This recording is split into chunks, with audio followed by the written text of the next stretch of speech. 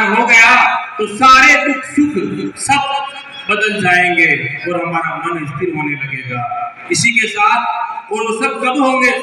जब होंगे कि सार सप्त गुरु एक है, या में वेद न मान, वेद मान बहुकूप पड़े, निर्वेदी निर्माण। जब तक हम ईश्वर और गुरु में वेद समझते रहेंगे तब तक हम भवसागर से पार नहीं हो पाएंगे। और जब अगर गुरु और ईश्वर को हमने एक समझ लिया तो समझ लो कि भवसागर से हमें कोई पार होने से रोक नहीं सकता, क्योंकि वो सत्ता हमें भवसागर से पार कराने आई है। इसलिए हमें लगे रहना है। हम बाहर की बहुत सी त्रिवेणियों में स्नान करके आ गए, लेकिन मन का मेल नहीं धो पाए। सिर्फ शरीर का मेल भी नहीं धो सका तो क्या मन का मेल धो देंगे? इसलिए लगे रहना है। आज का जो महोत्सव है गुरु पूर्णिमा का, उसमें गोस्वामी तुलसीदास जी भी कहते हैं कि गुरु बिन भवनि तरह ही न कोई, जो बिरंची शंकर सम होई। गुरु के बिना ब्रह्मा विष्णु महेश भी नहीं तर सके तो हम तो सिर्फ एक मानव है, कैसे तर जाएंगे? नहीं तर सकेंगे। हमें लगे रहना है सदगुरु की सेवा में। जब तक हमें ये उपदेश मिला है ब्रह्म विद्या का, सिर्फ उपदेश ले लेने मात्र से वापस मानव जीवन नहीं मिल जाएगा और हम इस भवसागर से तार पार भी नहीं हो सकते, क्योंकि हमें ये उपदेश मिला है कि सुबह शाम 10 मिनट का साधन करना है। साधन अनवरत करना पड़ेगा, तभी हम वापस मानव जीवन के अधिकारी होंगे।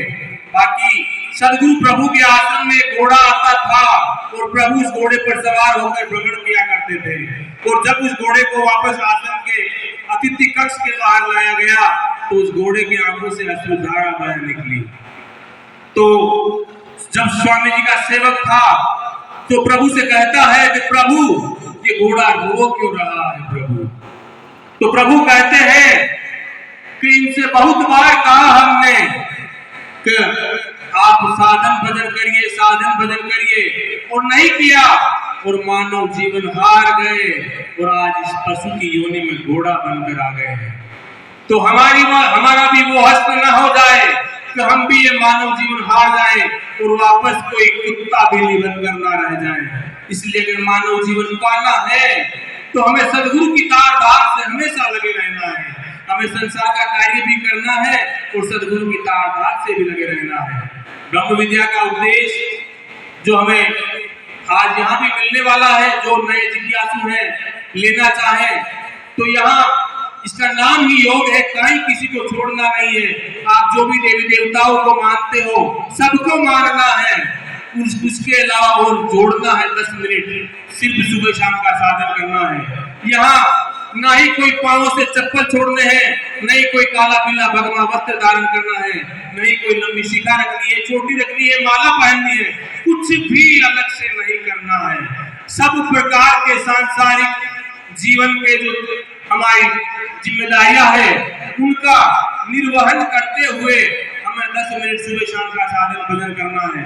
अगर साधन भजन करते हुए हमारे सरकार विज्ञान देव जी महाराज कहते हैं कि जो साधक ब्रह्म विद्या योग का साधन करता है, जो जहां है अगर वहां से कदम आगे बढ़ जाए तो उसे साधन करना है, अगर नहीं बढ़ता है तो वो रोक भी सकता है, छोड़ भी सकता है, कोई बंधन नहीं है, क्योंकि सदगुरु तो ईश्वर से भी बड़ा है। ईश्वर का भी सामर्थ्य नहीं कि धर्म अर्थ काम और मोक्ष चारों प्रदान कर दे, नहीं कर सकता।